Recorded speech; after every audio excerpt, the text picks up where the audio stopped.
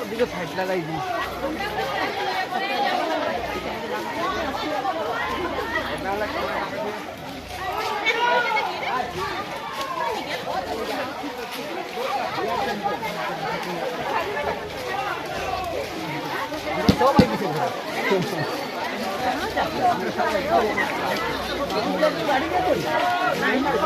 সব চেঞ্জ করা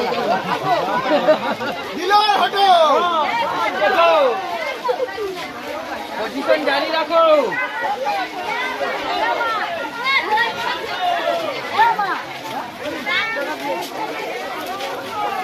বল না বাবা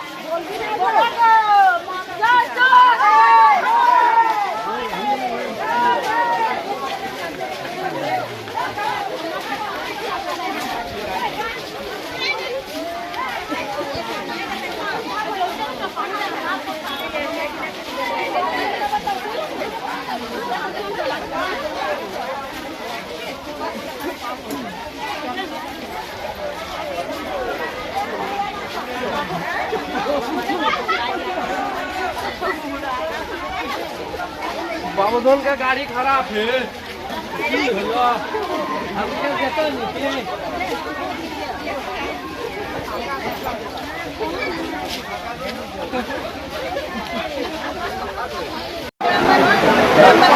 ধন্যবাদ জ্ঞাপন করছি যে আজ আমরা ডিলারের বাবদে যে আমরা মিটিং করেছি যে আমরা সাকসেসফুল হয়েছি যে মুখ্যমন্ত্রী আমাদের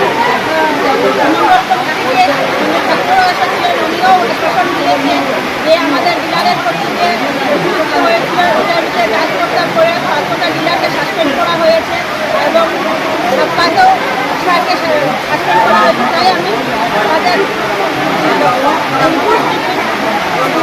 ডিলারের যত জনগণের সবাইকে আমি ধন্যবাদ জ্ঞাপন করছি যে আমি বিধায়ক এমএলএ সাহেবকেও আমি ধন্যবাদ করছি যাতে আমাদের যে পদক্ষেপটা নিয়েছিলাম ডিলার বিষয়ে সেটা সম্পূর্ণভাবে আমাদের সম্পূর্ণ করেছে। তাই আমি এমএলএ সাহেবকে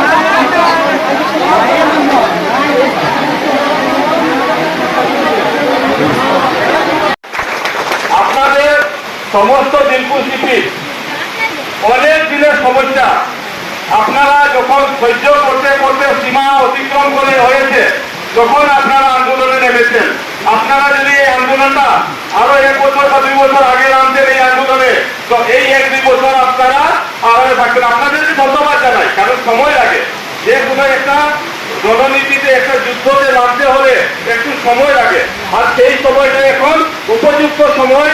আপনারা শেষ সীমায় যখন ধৈর্য সীমা অতিক্রান্ত হয়েছে, আপনারা বৃষ্টিতে ভিজে ভিজে আপনারা যে মিছিল করেছেন, আপনারা যে ন্যায় পাওয়ার জন্য যে চেষ্টা করছেন, সেই চেষ্টাকে আপনাদের চেষ্টাকে আমি ধন্যবাদ জানাই। আমি আপনাদের কাছে বলছি যে আপনার দিলকুশ জিপিতে যে 5টা ডিলারের বিরুদ্ধে আপনাদের এখান থেকে জিপি সভাপতির নেতৃত্বে হোক বা জনগণের নেতৃত্বে হোক, যাদের নেতৃত্ব, আমি কারোর নেতৃত্বের ব্যাপারে বলছি না, কিন্তু সবাই না মিললে জিপি সভাপতি একলা এই কাজটা করতে পারতো না। আপনারা সবাই মিলে যে কমপ্লেন দিয়েছেন, আর সাপ্লাই ডিপার্টমেন্ট আসে এখানে যে ঝুড়িটা ধরতে পেরেছে, চাউলগুলা যে সিজ করেছে, এটা আপনাদের জন্য উচিত হয়েছে। এটা আপনারা এটার সুফল জনগণ এটার পাবে। তারপরে কি হয়েছে আমি আপনাদেরকে বলছি। তারপরে সাপ্লাই ইন্সপেক্টর কি করেছে, ও জিপি প্রেসিডেন্টের অনুমতি ছাড়া, বিধায়ক কৌশিক রায় মহাশয়ের অনুমতি ছাড়া একটা কাগজ, একটা অর্ডার দিয়ে দিয়েছিল যে আজকে চালটা পাঠার কথা। এমএলএ কানে যখন যায় কথাটা, এমএলএ সঙ্গে সঙ্গে এসডিও কে ফোন করেছেন, কালকে ডিসি কে ফোন করেছেন, এসপি কেও বলেছেন যে আমি এখন ওদেরকে ফিরবো, কোনো কিছু হলে তোমরা দেখিও, আমি এখন সাপ্লাই ইন্সপেক্টরকে ফিরবো। এখন আমি সাপ্লাই ইন্সপেক্টর কেন আমাকে না জানিয়ে এইরকম অর্ডার দিল যে এত বড় গন্ডগোল যেখানে চলছে। উনার মুখের কথার আগে বলেছেন উনি কিন্তু এরকম কিছু করেন নাই, কিন্তু কি করেছেন আমি আপনাদেরকে বলি। আজকে 10:30টায় ডিসি অফিসে সাপ্লাই ইন্সপেক্টর কে নিয়ে, এসডিও কে নিয়ে উনি বসে সেখানে সিদ্ধান্ত নিয়েছেন যে 5 জন ডিলারের বিরুদ্ধে কমপ্লেন ছিল, 5 জনকে আজ সাসপেন্ড করা হয়েছে।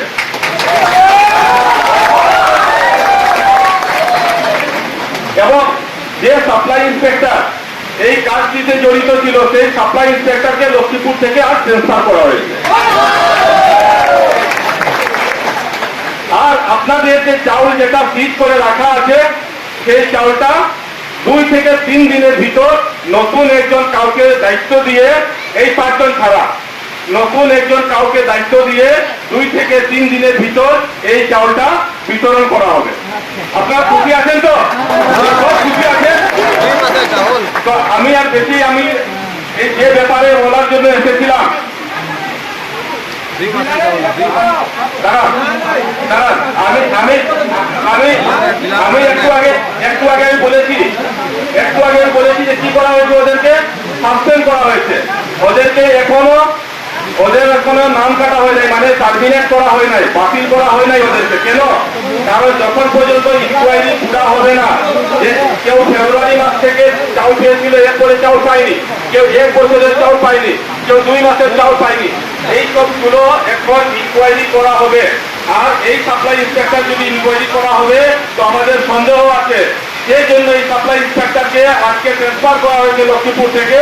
আর অন্য একজনকে দায়িত্ব দেওয়া হবে এই 5 জনের ডিলারের বিরুদ্ধে ইনকোয়ারি করে ওদেরকে যথাযোগ্য শাস্তি দেওয়ার জন্য।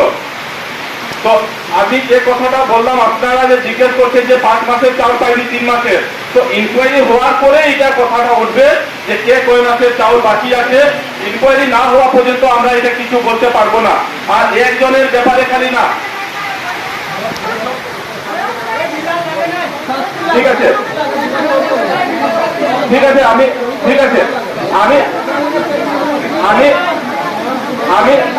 আমি যে কথাটা বললাম, ইনকোয়ারি মানে কি, সমস্ত কিছু তদন্ত হবে। তদন্ত মানে বই কার কাছে আছে, কেন ওর কাছে বই আছে, ওর কাছ থেকে যদি বইটা যে ডিলারের কাছে বই পাওয়া যাবে, ওই ডিলারের হওয়ার অধিকার নাই মানুষের বই রাখার।